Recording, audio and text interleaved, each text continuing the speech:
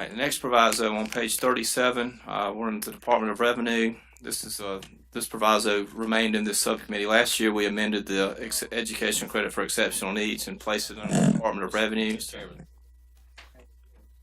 Mr. Co-Chairman. We spent hours trying to straighten this program out last year. Days, weeks, months. The Department of Revenue, I want to say, was extremely helpful and really helped to pull this program out of what looked to me to be a death spiral. And I understand that there was a couple of amendments that were made by the House. One of which, well, there might have been more than one amendment. There was a couple of changes. If you'd like me to kind of walk through those real quick. Yeah, that'd be great. You're looking in your amendment package. It starts on page 25, and I'll kind of tried to highlight in there of some of the changes that were made. The first change here on page 25 was just added in right there in the middle of it under subsection F. We added what organizations these schools need to be members of, and we added Palmetto Association of Independent Schools as one of the listings in there. And the other changes the House made at the bottom of page 25, where we define what an exceptional needs child is. They added, if you flip over to page 26, they added another definition in C in there that says an exceptional needs child would be someone who has been identified by the Department of Social Services as having special educational or developmental needs. So that was a change, adding in a different group and a different designation, anyone who had been identified by DSS. A little bit further down, this was an issue that was brought up. I've talked to a couple of the appointees on the board of the nonprofit that was set up. We defined what resident public school district was. That means you had to be a resident of South Carolina, and that was the district your child was on to go in. They came across, I think, 2 instances when they were dealing with this last year, as they deal with this in the current year, of dependence of persons who are in the military. So the person in the military may not be a South Carolina resident, so really technically their child doesn't really have a resident school district because they're not a resident of the state. And so this was some language that they were adding in there, says that in the case of a dependence of active duty military, the public school district where the student may attend would be.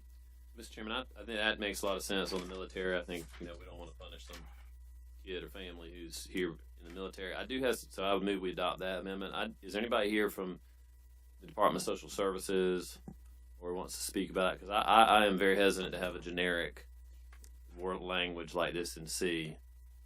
So unless somebody's up here to convince me, I would maybe we take that out, but we adopt the military one. Somebody from DSS here want to speak to this? So your proposal, Senator, is what? My proposal is that we adopt the change by the House dealing with the military personnel, but we don't adopt the change relating to the Department of Social Services. Any objection to that? So ordered. Okay. Talk about health care. Must be present. Go ahead, come on up and share with us. Oh, okay, I'm sorry. Hit the button. Sure, your green lights. My name is Neil Mellon, and I've had the pleasure of working with families in this program for a long time. We had a family from Greenville who tried to come down today to speak to exactly this. There is a very tiny subsection of folks who've adopted foster kids through DSS, and DSS gives them a piece of paper that says this is a kid with special needs. And some of those kids... Why wouldn't they fall into the other two categories then? Because it was the DSS letterhead rather than the public school district letterhead on the piece of paper that said this kid has special needs. So there's a family in Greenville who adopted 3-sibling pair and immediately had to spend almost $6,000 to get them diagnosed. Why? I'm looking in 2A and B, and one says has been evaluated in accordance with evaluation criteria set forth in these regs and determined, etc. And then the other one is been diagnosed by psychiatrist, mental health, pathology, et cetera. Why can't they fall under that scenario? So the former is the public school district. Right. The latter is a private provider. Right. DSS process is like the private provider, but it's not a private provider. It's a DSS process. And so I think this was an example where we felt like this was the spirit of the law. And so in this case, the family just shelled out $6,000 the first month of school. Yeah, But they had just adopted 3 foster kids with learning disabilities. Are you telling me that DSS does the same thing that is in A? For not the for They do the state's evaluation criteria set forth under South Carolina Code 42-2243.1. I believe it's similar but not identical.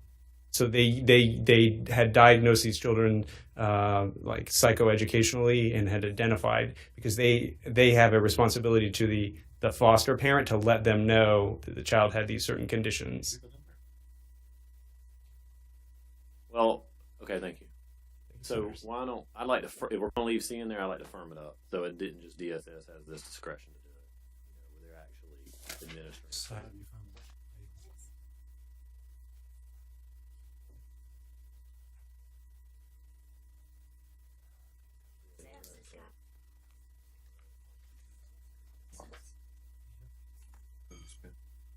Neil, come up pretty good.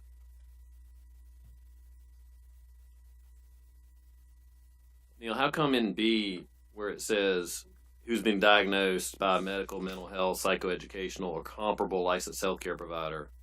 I mean, isn't that what DSS would be using to analyze these people? Yes, Senator, I think that's the case. I think that in the case of this family, they were not given the children's case files. They were sort of just given the cover sheet by DSS outlining what had happened. And so in the case of the family that goes to a psychoeducational therapist and out of pocket says, will you evaluate my child, they would get all this documentation. And so this family, when they applied either to revenue or the nonprofit, we're just told we take 2 types of letterhead, one from a public district and one from the doctor who actually did the evaluation. Does the DSS have a doctor do the evaluation? I believe so. I believe they do. Here's the problem you got. There's not a lot of trust up here on DSS. I think that's probably the problem you got. At least with this one you do. So, let's just maybe we need to talk to DSS about how they're handling these kids. So let's carry it over. Thank you so much, Senators, for considering it. All right, would you like me to just quickly walk through those other changes, or you want to Let's just carry it over? Let's Okay.